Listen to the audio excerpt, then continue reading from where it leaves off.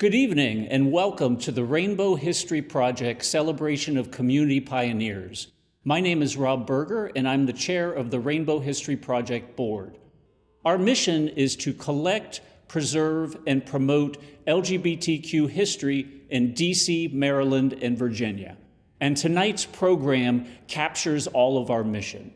In DC, it's easy to become distracted by what's going on the national stage and to lose sight of the incredible local individuals and organizations doing amazing work. Tonight, we celebrate and honor 13 of those individuals and organizations. Rainbow History Project is a small, all-volunteer nonprofit, but that hasn't limited our accomplishments. In 2020, we launched a major project to collect and preserve the story of the Clubhouse. The Clubhouse was an after-hours club from 1975 to 1990 that catered primarily to Black, gay, and lesbian clientele. We collected 17 oral histories and created a series of videos. This year, we began digitizing the Cheryl Spector film collection. Cheryl's hundreds of films provide a snapshot of LGBTQ life in DC, Maryland, and Virginia in the 90s through the early 2000s. Thanks, and sit back for an entertaining evening of LGBT history.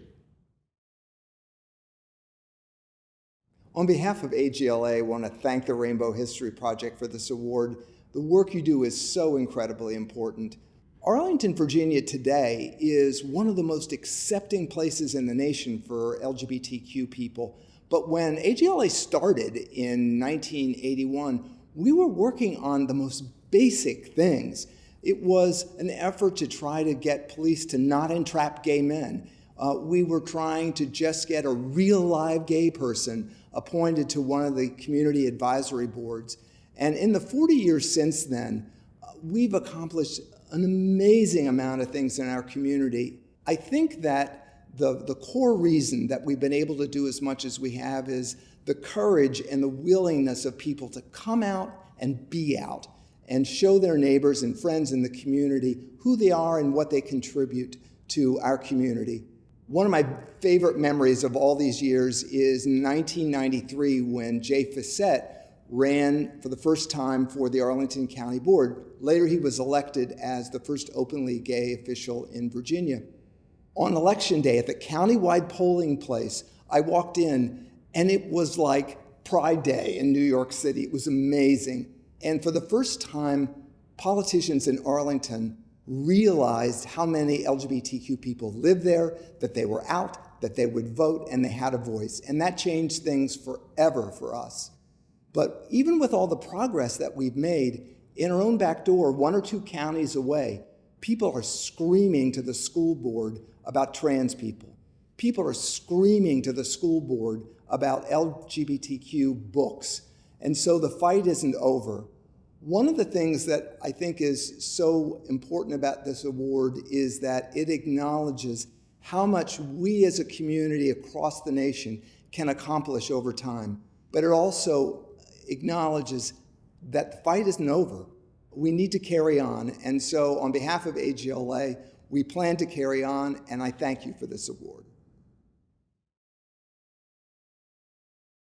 I first met Ebony Bell over 15 years ago when we were both volunteers for the Whitman-Walker Clinic, helping to produce the Capitol Pride festivities. From those very first interactions, I knew that Ebony would go on to have a major impact in our local LGBTQ communities. She's produced such events like the Capitol Queer Prom and many of the women's dances for the Capitol Pride Alliance. She has raised tens of thousands of dollars for the Human Rights Campaign and the Trevor Project, and she supports our queer youth through the Point Foundation and Smile. She has also served on the board of directors of the Capital Area Gay and Lesbian Chamber of Commerce, where she spearheaded the first set of networking events for professional queer women. When Ebony noticed that there was a lack of coverage of women and people of color in our local LGBTQ publications, she didn't just accept this as a fact. Rather, she launched her own magazine. Ebony is the founder and editor-in-chief of Tagg magazine and Tagg Communications, LLC. For the last 10 years, Tagg magazine has covered everything lesbian, queer, and under the rainbow. Its coverage is not just arts and entertainment, but also lifestyle and community issues, sex and health, as well as racism and politics and employment opportunities. Eboné has launched not one, but 2 podcasts, as well as a television show, which all seek to take these issues to a national audience. Eboné's work has been intense, and her impact has been massive. It's my great pleasure to give her this award tonight and to introduce you to Ms. Eboné Bell. Thank you so much to the Rainbow History Project for honoring me with the Community Pioneers Award. There are so many amazing people, so to be recognized in this community means the world to me. And I just have to say that I love the work that the Rainbow History Project has been doing. I know from my DC Drag King days to the amazing queer women of color who have come before me, all of that rich history you all have is just absolutely amazing. And to know that I am a part of it is just truly, truly an honor. So I just want to thank you all again for the work you're doing. Thank you for recognizing me and the work that I'm doing personally within the LGBTQ community with Tagg magazine and hopefully beyond the DC community. So thank you so much. Happy holidays and Happy New Year. Greetings, everyone. I am Dane Ray, board member of the Rainbow History Project, and today I have the distinct pleasure of introducing you to one of our own in the form and personhood of Barry Robert Bart Forbes. Although Bart's career really started in the 80s when he was doing work as a reporter, columnist, also dabbling in theater, so definitely thespian, but really started to take off in an exponential way during his years at Colgate, which is his alma mater, where he really had a hand in the foundational conception of the gay hotline. This really put how the narratives and stories of LGBTQ people were being told and allowed everyday people to tell their stories, and not just from an urbanized lens. As his model, as his advocacy and political action continued, many cities across the United States used his influence. So in Boston, Massachusetts, we've got also at WAMU, which is a NPR affiliate. Bart was there doing the work, having sat at many tables of the Virginia's Democratic committees over the years. And in 1989, Bart was able to create Gay Fairfax, which ran from 1989 to 1993 weekly. And it was the only public broadcast that really centralized the gay voices in the Fairfax, Virginia area, so the Washington area. Thank you so much, Bart, for everything that you have done, and we honor you.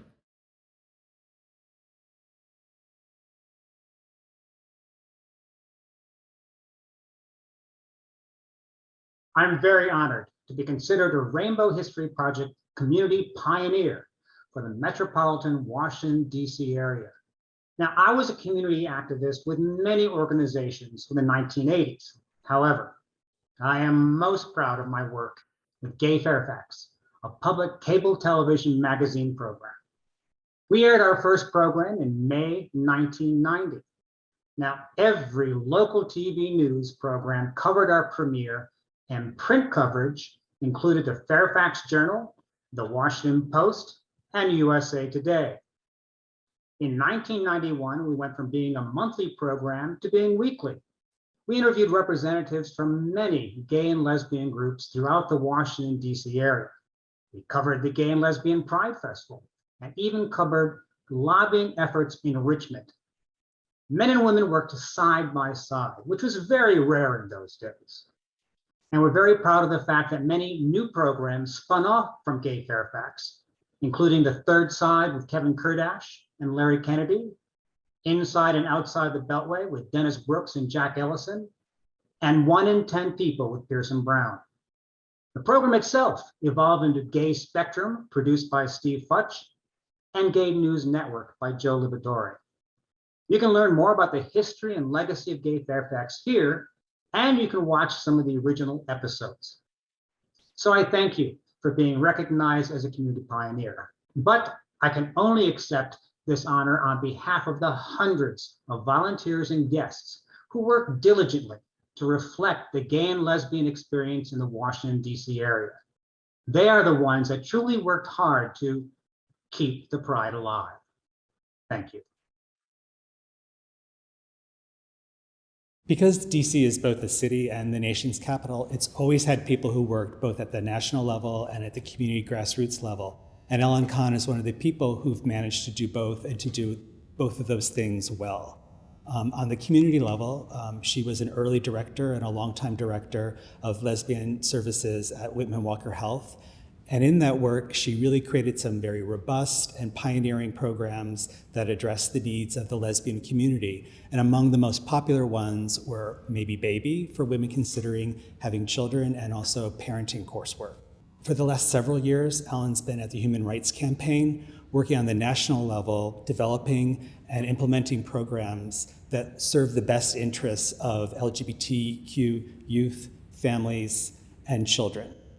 Creating more welcoming schools, more welcoming communities. Recently, she's been extremely involved in advocating on behalf of trans and binary youth. She's also on the DC level, again, been very involved as a founding board member of Rainbow Families, which offers educational and support services throughout the greater DC area. For all the work that Ellen has done on behalf of LGBTQ families in DC and around the country, I'm very honored to introduce her for her Community Pioneers Award. Good evening, one and all. I am so grateful to the Rainbow History Project for recognizing me as a community pioneer. I don't really think of myself as a pioneer. I think of myself as someone who tries to build on the great work of people who pave those paths and clear the way for us to do more work and better work. I think about Emily Zern and Barbara Lewis, who launched Lesbian Health Center at Whitman-Walker Clinic many years ago. I think about people like Michelle Zavis and Sue Silber and Tim Fisher and Scott Davenport, who were the first visible out LGBTQ folks raising children and gave hope and inspiration to so many like me who later went on to build families of our own. I'm really inspired by a few sort of life milestones and the work I've been able to do both professionally and as a volunteer in DC have really been shaped by, first, my own very challenging, sort of dramatic coming of age / coming out experience as a teen, and my commitment to make things much better right now for LGBTQ youth. My experience as one of a wave of lesbians and other LGBT folks who dove headfirst in to care for and fight for many of our friends who were living with and mostly dying of AIDS in the early 80s. And then later, becoming a parent as a two-mom family, navigating the world and hoping that through my children's eyes, they would see and experience a world where they were welcomed and affirmed and embraced. And those are the things that really, fuel my work and fuel my passions today. I am so blessed to live in the DC metro area, an LGBT community that is beautifully diverse, political, smart, powerful, creative, engaged. And while we're not perfect, we are by far a community that gives many people a place to land and opportunities to thrive. And I know that all of us who are being honored here tonight, and congrats to all of you, and those listening, and all the younger people coming up behind us, will continue to do great work and continue to invest in the rich history of the DC metro area. So thank you again. I'm truly honored.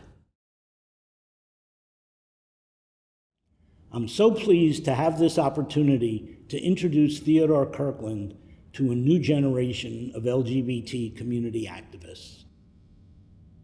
Theodore moved to Washington in 1971, and I'd like to provide a little context to this. In 1971, it was still illegal for gays to work in the federal government. It was not until 1973 that that restriction was removed. Theodore, though, even before then, was a core member of the DC Gay Liberation Front, a small group that sought to ensure that Stonewall was not a one-time event, but rather the start of a revolution. In quiet Washington, GLF was willing to be loud to create visibility for the LGBT community. In the early 70s, Theodore lived at the GLF house at 1620 S Street Northwest, an incubator space for our community. As a member of Skyline Faggots, he was part of the first gay pride celebration in DC in 1972. As we began creating our own service organizations in the 1970s, Theodore was a volunteer at the Washington Free Clinic and the Gay Men's VD Clinic, the precursor to the Whitman-Walker Clinic. He was also a member of the Gent Social Club, a group that brought together many in DC's African-American gay male community. When AIDS hit our communities in the 1980s, Theodore was an early responder. He aided in conducting the first safe sex practices events. He joined and became a case manager for Best Friends of DC, the first grassroots organization to offer hands-on services to those in the African-American community affected by HIV/AIDS. He was a member of and provider of food and services for the Clubhouse and Best Friends Thanksgiving Project, which provided dinners and food baskets for people with HIV/AIDS. Theodore was a founding member of Black Pride DC, and along with Wellmore Cook and Ernest Hopkins, led the organizing committee of the first Black Pride celebration in 1991. Theodore's special genius was in logistics, an essential skill for the creation of a pride festivity that incorporated multiple events and venues. While many outsiders, folks outside of DC, staked their claim to leadership of the 1993 March on Washington for LGBT rights, Theodore and his close friend Bruce Pennington brought a local presence to the planning and logistics. Theodore Kirkland departed far too early, but his legacy continues to be felt. I am honored to introduce him to all of you tonight. Theodore Kirkland was an associate and a friend of mine when he was living in DC. I met Theodore when I moved to DC in 1996 and started getting involved in DC Black Pride. And Theodore Kirkland, as one of the founding members of DC Black Pride, was the only one of the founding members who was still on the board of directors. I know that he was born in Columbus, Ohio, and was raised in Birmingham, Alabama. He served in the US Navy. And after his release from the Navy, he got involved in what I would call him an early post-Stonewall liberationist and a member of the Gay Liberation Front. He fought for gay rights and against gay discrimination, not only in the private sector, but also in government as well. He was a member of the community who started getting involved in HIV/AIDS work at the very beginning, before government assistance was part of this landscape. I knew Theodore was involved with the Best Friends of DC, I should say. And he was a volunteer and he was a case manager and really doing very difficult work in the community that was underserved as far as HIV/AIDS services. Theodore Kirkland also marched was part of the planning and volunteering at the first march, like LGBT march in Washington. He also was the founder, as I said before, DC Black Pride. And when I came to DC in 1996, Theodore was still on the board. And after each meeting, we would go and have a drink and talk about the meeting and talk about the landscape and the political environment that we had to operate in as Black LGBTQ people. Theodore was a beacon who taught me many, many things about DC and about the movement, and gave me a perspective that I was able to use to build on my work.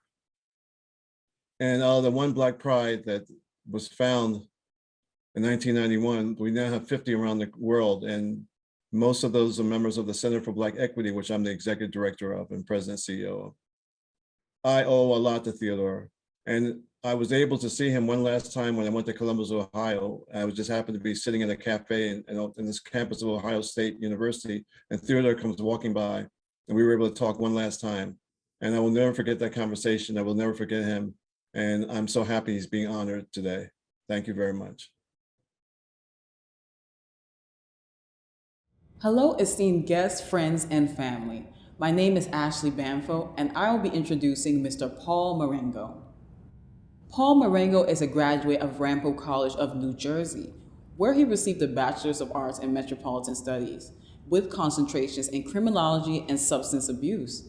Mr. Marengo's work in state politics brought him to DC, where he worked on and off the Hill. Paul has put his heart and soul into bringing LGBTQ organizations and initiatives alive in the DC metropolitan area. Shortly after the 2000 elections, Mr. Marengo began working for a wide range of nonprofits and associations in the areas of data management and development, amounting to over 26 years of experience in event planning, volunteering in charitable events, serving on various boards, and fundraising and writing grants for several nonprofit organizations. In fact, Mr. Marengo has raised thousands and thousands of dollars to help support local organizations grow and thrive to the best of their ability. As a board member, Paul has made sure that all voices are heard. He pushed groups such as the Cherry Fund to look at and support organizations that focus on queer people of color and Black and brown trans people. He also shed light on how queer people of color organizations and businesses are often left out of many conversations, and he worked to change that through his work with not only the Cherry Fund, but also the DC Center's annual Women's Beaujolais event and Tagg Magazine's Enterprising Women's Reception. Paul also works with organizations outside the LGBTQ community, such as the BHT Foundation, in which he was a board member, Whitman-Walker Health's HIV/AIDS Walk, where he was a previous volunteer, and the DC Mayor's Office on African American Affairs as a grant reviewer. Paul Marengo's actions and determinations have been a gift and a treasure to the community, and he should be honored through and through. With that being said, I present to you Mr. Paul Marengo. I would like to thank the Rainbow History Project for the Community Pioneer Award. Your recognition is greatly appreciated. You know, as a child, one of the many lessons that I learned was getting involved with your community. And when I moved to Washington, I got involved with different organizations, both large and small, within DC, Maryland, and Virginia. And fortunately, one of those many organizations that I worked with was the Rainbow History Project. For example, as the chair of Youth Pride Day, I thought it was important that there would be an educational component to the day. So working with the Rainbow History Project, we developed these talks with our community's youth about history in the 70s, the 80s, and so on and so forth. All the history that our community has, one thing that I learned was, progression.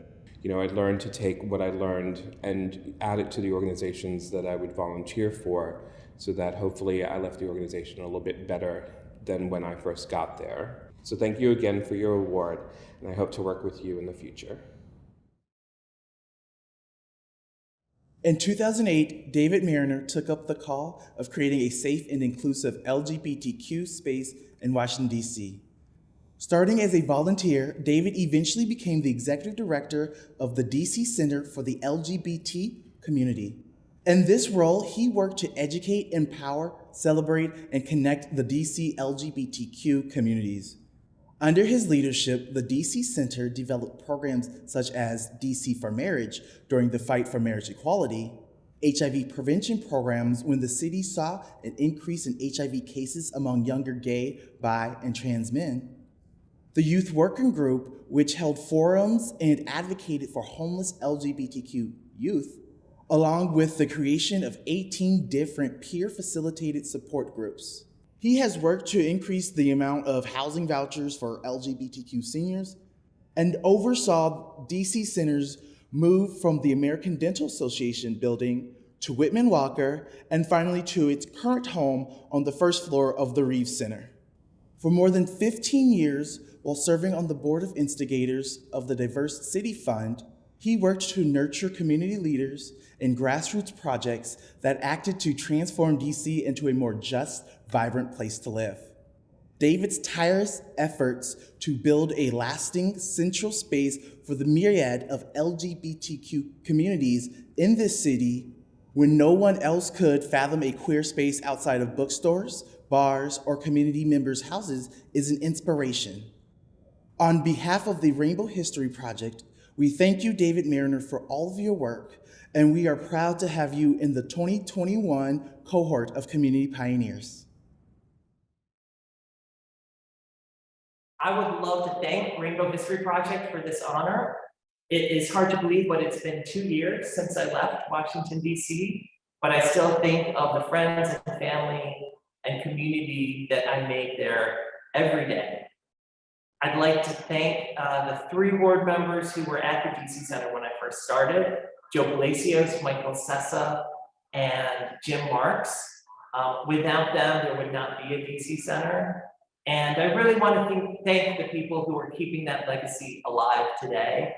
Our interim AD, Kimberly Bush, Justin Johns, and amazing board members, including our chair, Rahan Mohammed.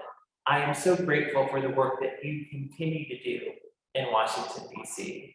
I hope to see you all soon, but if not in D.C., you can come visit me here anytime at Camp Rehoboth. I've seen lots of you this summer, and I hope to see more of you. So thanks again, and have a wonderful evening. Mark Meinke founded the Rainbow History Project more than 20 years ago, really out of a sense of frustration. He wanted to work on a history of DC's drag culture. None of this information was easily accessible or even recorded. And it also made Mark realize that much of DC's LGBTQ history was at risk of being lost forever. And so he began the Rainbow History Project.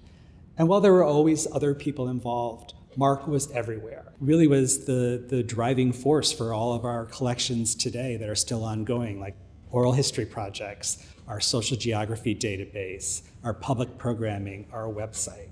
Something that Mark did that was really important is his outreach into the community. In many parts of DC's diverse community, people are not always treated with the respect and kindness and dignity that they should be, and that happens within our own community too. And Mark, out in the community, he listened, and he assured people and inspired them to believe that Rainbow History Project would indeed value their community's histories and value their community's stories. I think it's really no exaggeration to say that without Mark Meinke and the leadership that he's given to Rainbow History Project and other places in the community, that chapters and chapters and chapters of DC's vibrant LGBT community life has been saved, not just for today, but for future generations. And I am just enormously honored to have this opportunity to present Mark with his Community Pioneers Award. I'd like to thank Rainbow History, its board of directors, its volunteers and members for the recognition as a community pioneer. It's an honor I greatly appreciate. 21 Novembers ago, we started Rainbow History in DC to preserve the memories of our community and to seek to ensure that it was included in the American story as it's told in DC. To those ends, we recorded oral histories, collected documents and other artifacts, held public discussions to promote the history and the knowledge of the community, and worked with other organizations around the country to further queer history. In those early days, we worked to 2 principles. First, do no harm, which is why we never outed people who did oral histories. And second, do not accept repression or suppression by anyone, which is why we promoted our history as widely as we could. And though currently we have civil rights far beyond the dreams of Frank Kameny and early leaders, we have bigots with us always, and even today there are people who would like to erase our history and erase us from the memory. We are an important part of the American community, and Rainbow History and the people for which it stands will be known as a part of that community. We will let no one erase us.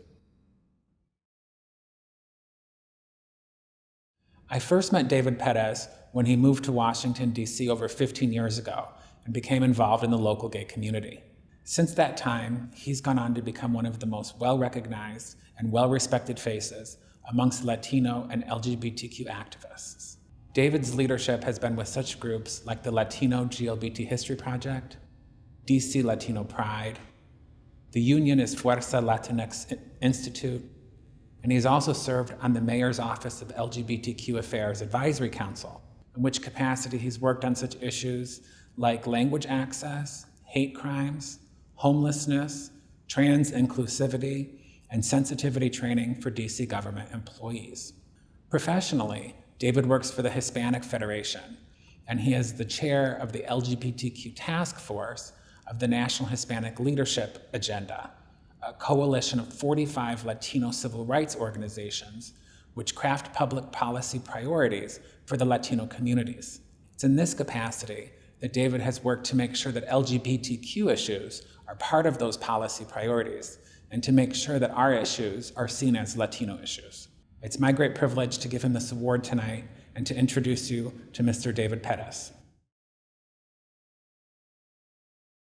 Good evening, my name is David Michael Pettis.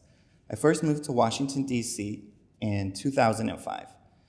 I'm so thankful to the board of the Rainbow History Project for this Community Pioneer Award and for your work to preserve our stories. DC is my home, and it's where I first came out as a gay man in 2006. The Rainbow History Project's work to tell our stories is so important for young people and for generations to come. I think back to a young David in Southern California. He knew he was different, but didn't have any out gay role models.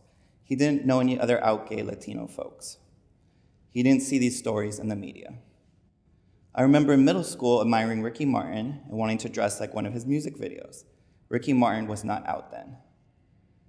It took a long journey for me to better know myself and find my queer community here in metropolitan Washington, D.C. Because of the work of the Rainbow History Project and your collection of oral histories, young folks, researchers, and community members for generations to come will know the diverse stories of LGBTQ community of Washington, D.C. Thank you for this work. I think preserving and telling our stories is so important that I dedicated my time as the chair of the Latino LGBT History Project. I was mentored by great folks like Jose Gutierrez, Earl Folks, and Letty Gomez. Telling our stories and building community is also why I joined the network of volunteers to bring LGBT Latinx gente from across the country here to the Unión y Fuerza Latinx Institute in Washington, D.C. I believe in this work to tell our stories and building community power through organizing. Thank you for this recognition. Thanks to my amazing family and friends who have supported me through this. Thank you, Rainbow History Project. Keep up the great work. La unión hace la fuerza. DC is a city of bureaucrats and technicians, and our LGBT communities have often benefited from having members who know how to quietly turn the levers in local and federal government. But sometimes flamboyance is also an asset.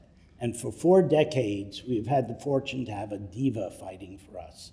Micci Sainte-Andress has never been in the closet, and we are all the better for it. Micci is a performer and also an activist.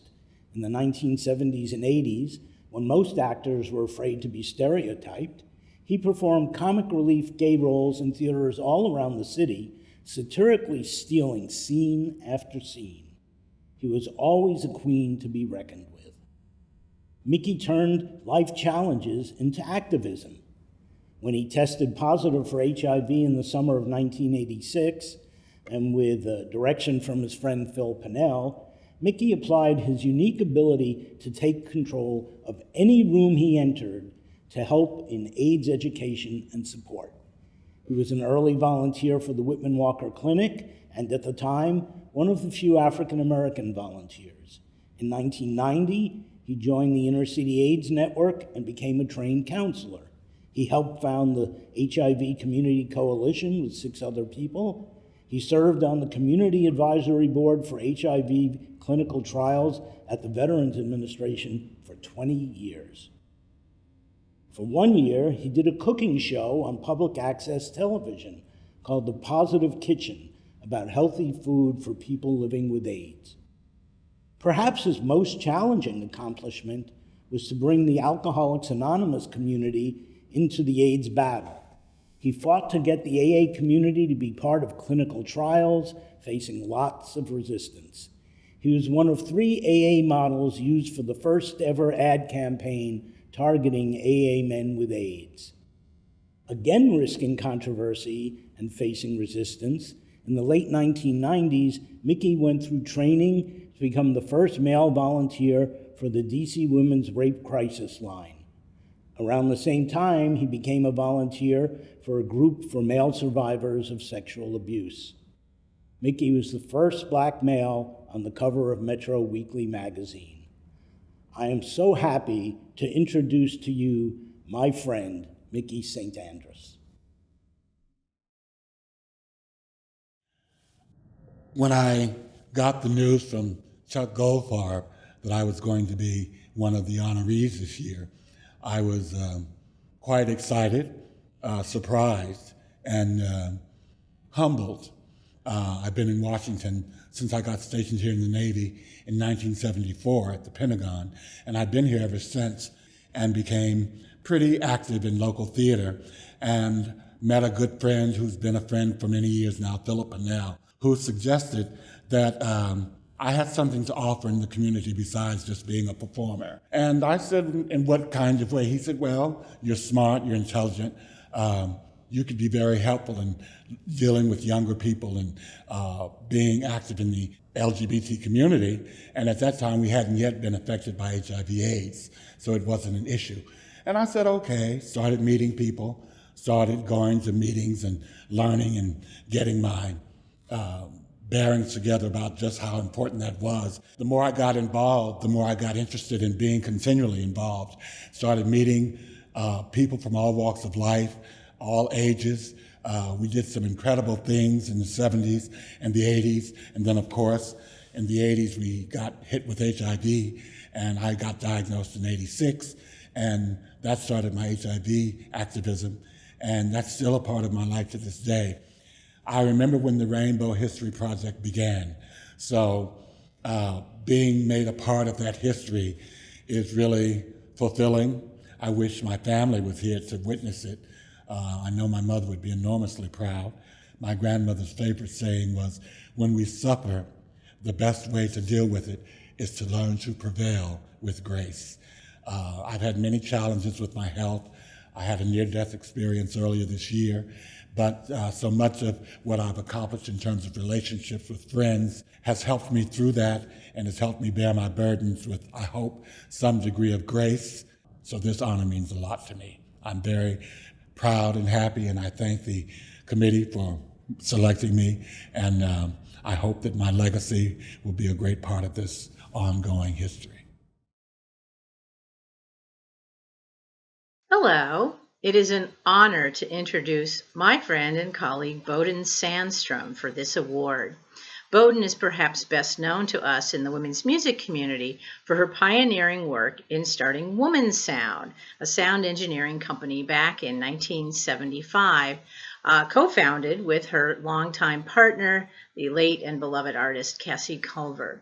With Woman Sound, Boden was able to engineer sound at almost every women's concert, at the many DC-based events that were large-scale on the Mall, the March for Women's Lives, the LGBTQ events, and from 1975 to 93, every National Organization for Women conference held in Washington. So beyond amplifying activism in the DC area, Boden also helped to co-produce the film Radical Harmonies, which is really the existing documentary on the women's music and festival scene. And she went on to work at the University of Maryland for many years, teaching music and ethnomusicology, winning many awards and accolades. In this way, a person who really initiated a technological role for a woman that could inspire others to see a woman at the soundboard, a woman mixing sound, a woman with these kinds of skills. Boden went on to inspire 2 generations of younger women to follow in her footsteps, many of whom credit her with inspiring them on the path to archiving and recording our most radical events. It's a pleasure to know this woman, whom I've archived many times, and whose work I hope to get into more books as I get older and look at who inspired me. Please welcome Boden Sandstrom. Casse and I met in 1974 and married in 2013. Not always together, but always soulmates. Casse passed in 2019.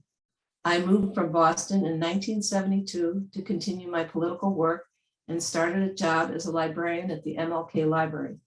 Casse, born in Bethesda, returned to the area from Woodstock, New York in 1973. She was on her way to Nashville to recover from being dumped by Bearsville Records, a mainstream recording company, because she came out as a lesbian in the middle of the process. I first heard Casse sing at the farewell concert of the budding Olivia Records in 1974 at GW's Marvin Center. I fell in love with Casse, and I saw a woman, Judy DeLugesh, mixing the show. I knew I wanted to learn how to do that. She directed me to Casse, who had a small sound system. I started mixing regularly at Thursday night women's music concerts at the Club Madame in Southeast DC, produced by Mary Spotswood Pugh. Pretty quickly, we realized that there was a real need for a sound company that could deliver clear sound at reasonable prices for the many women's music and political events in the DC area. We came up with the name Woman Sound. Woman Sound became a training ground for women to learn the art of sound engineering. We worked hard and enjoyed every minute. I expanded into technical production for large events. One of the most memorable events was the 1993 National Gay, Lesbian, and Bisexual March on Washington. We covered over 1 million demonstrators with sound and video. When I retired from teaching at the University of Maryland, the librarian in me kicked in. I documented 40 boxes of Woman Sound files. The archives are housed in the Sophia Smith collection at Smith College. There is an important story to be told about the amazing synergy between the political and culturally diverse communities and the Women's Music Network. I also sent 52 boxes from Casse's archives. I discovered music that I did not even know existed. One of Casse's greatest contributions to our community was her songwriting, made even more poignant by how she sang her songs. Her performance of Sacred River grabbed me at the GW concert. Her intensely personal expression of lesbian sexuality and spirituality resonated deeply with me. Casse touched so many lesbians during her concerts by singing our stories. Many of her songs are now available online from Goldenrod Music, including a performance tape she did in the 1980s, in which she sang previously unavailable songs, such as an autobiographical one, Bethesda Badlands. Casse's contributions to our community went beyond her performances. She also teamed up with Charles Stinson to create a DC area gay musicians salon to discuss their creative processes and careers. In the 80s, she started a healing practice, Hear and Be Healed, with the Reverend Carl Barnwell.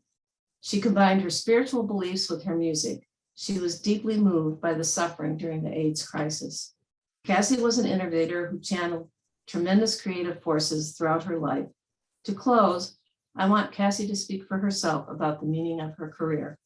I've decided that my reward for being on this planet is being able to write songs.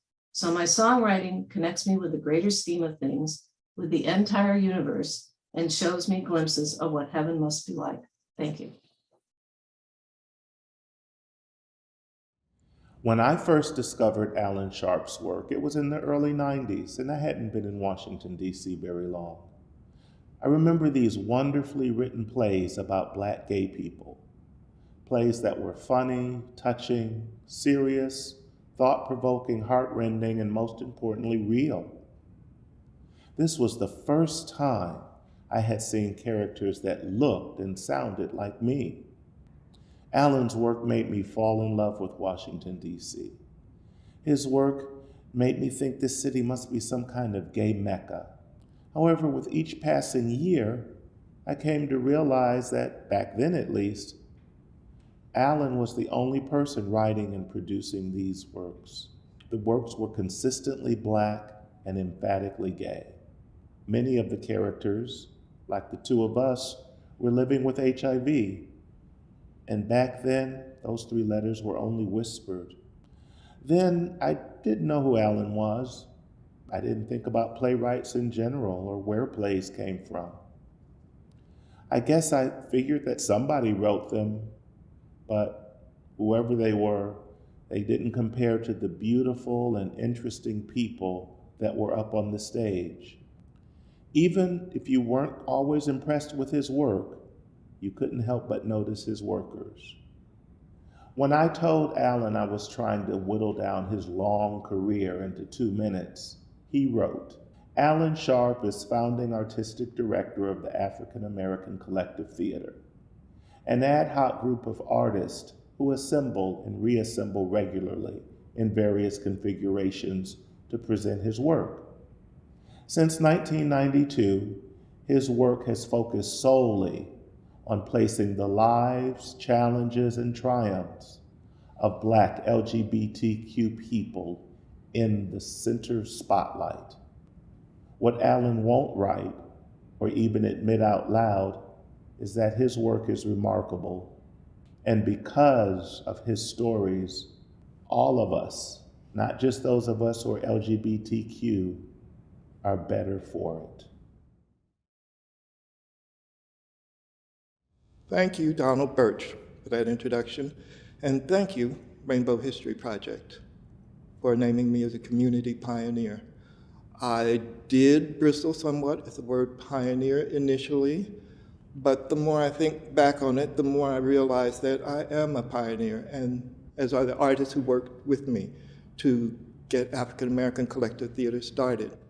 Back when we began 30 years ago, there were not a lot of depictions of Black-gay relationships in media or on stage.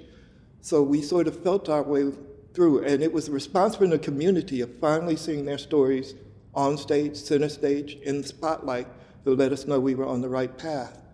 Now, years later, decades later, I'm gratified to see that there's so many more depictions of this nature, and it helps us to affirm our existence within a larger community.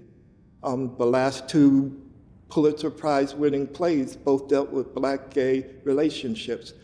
And now you look around the city, around country, and you say there are all sorts of plays and playwrights and groups being formed and developed, and it's exciting to see how the landscape has changed. There's still a lot more work to do and a lot more stories to be told, but it's thrilling to be recognized in this way, and it helps us to know that we continue to be on the main path, and we continue to do the work that people need and welcome. Well, thank you very much, Rainbow History Project. I'm extremely grateful for this recognition. Hello, everyone. I am here to congratulate all of the 2021 community pioneers under the umbrella of the amazing Rainbow History Project. Many of you I've known for years working in artistic and creative communities. Some of you have been in my films, and I just want to send you love and thanks and congratulations for this wonderful honor. One of the things that the Community Pioneers Award does is that it shows the entire city, in fact, the nation, if you click into the website, the width and breadth and creative fire of our community as LGBTQ plus folks here in the DMV. So my point is, love this moment. Look around you and see who's sharing this award with you. Know that generations are coming into this experience, and you're part of that stream. Flow on, kudos. My name is Dr. Eric Cervini. I'm a historian of LGBTQ+ history with a focus on the Mattachine Society of Washington, D.C.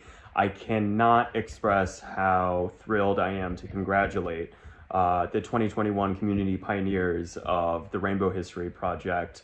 I am such a fan of the project, not only as a resource. So much of my last book was a result of the archives held in RHP's collections, but also for creating the space to recognize folks who are making history today, including all of you, so many incredible activists and creators and thinkers and organizers and historians, even at the community level, but also, like I said, creating history that I think is so important, not just to preserve, but to recognize folks who are making that history today.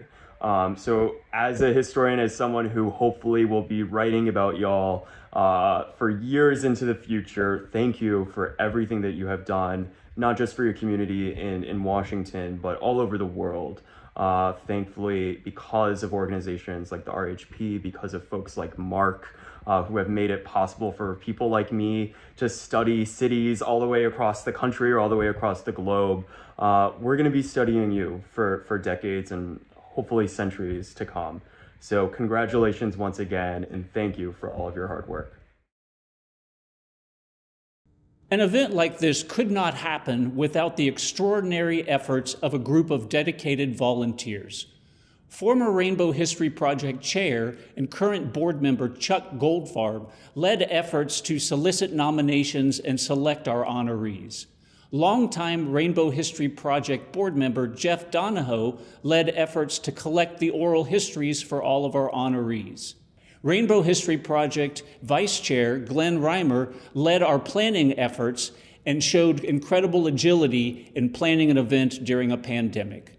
I'd like to thank them and all of our other board members and volunteers who worked to make this event happen. Next year, I'm excited to report we're planning a major update and upgrade of our online website. To ensure that our board represents the rich diversity of our community, we are currently seeking to add female board members.